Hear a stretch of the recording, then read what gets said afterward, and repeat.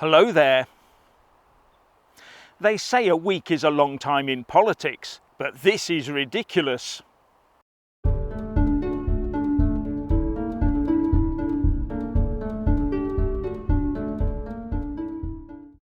Boris Johnson has just been kicked out of number 10 by a massive concerted effort, and now we hear that Tory donors are asking, how can we keep Boris as Prime Minister? According to a report in the Mail, the day after ministers and MPs forced Mr Johnson into announcing his resignation, insiders reported that a kind of buyer's remorse was setting in amongst senior ranks. And a lot of this, it seems, is driven by the realisation that there is no really strong candidate to replace him. The Mail says that the donors wanted to know if Boris could just apologise and get on with the job. They got told no, of course. But who they asked is not clear, and the only body I can think of would be the 1922 committee. But I have to say, as this leadership election progresses, I think more and more people will look on and despair. The knives are really out for each other as far as I can see, and it will only get worse. Does anyone really think that the Conservative Party will come out of this stronger and more united? Is the winner really going to be able to pull the party into a good electoral shape before the next general election? And someone is out to get the previous Chancellor, Rishi Sunak. We want him voted off the candidates list.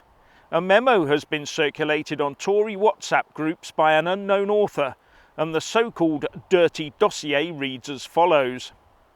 Get ready for Rishi.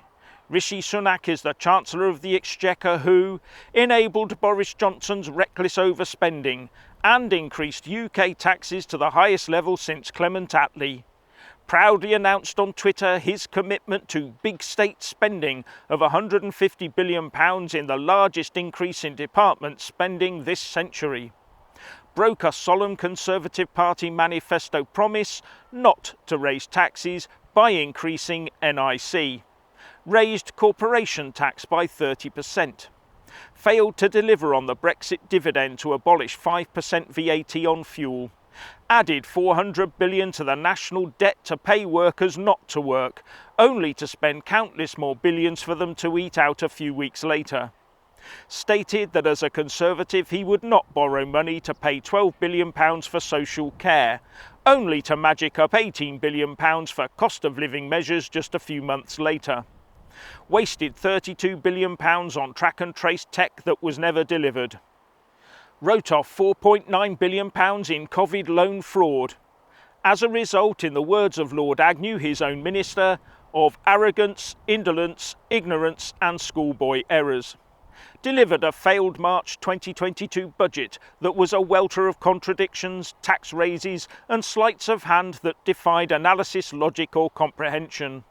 Imposed an investment-destroying windfall tax on energy companies, refused to support calls for tax cuts on the private sector, as he now states, fairy tales, on the grounds that they would drive inflation, yet has caved into huge pay rises to the public sector.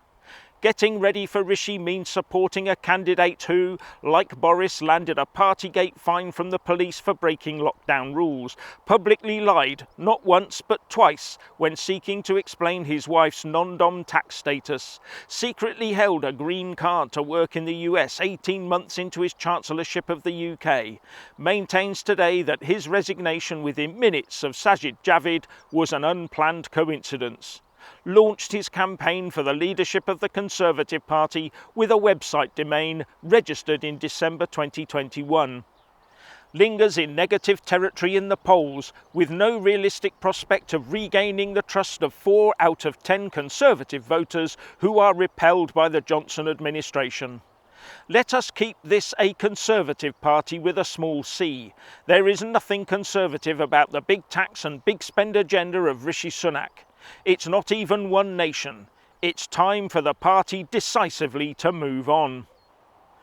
Whoever wrote that isn't holding back, are they?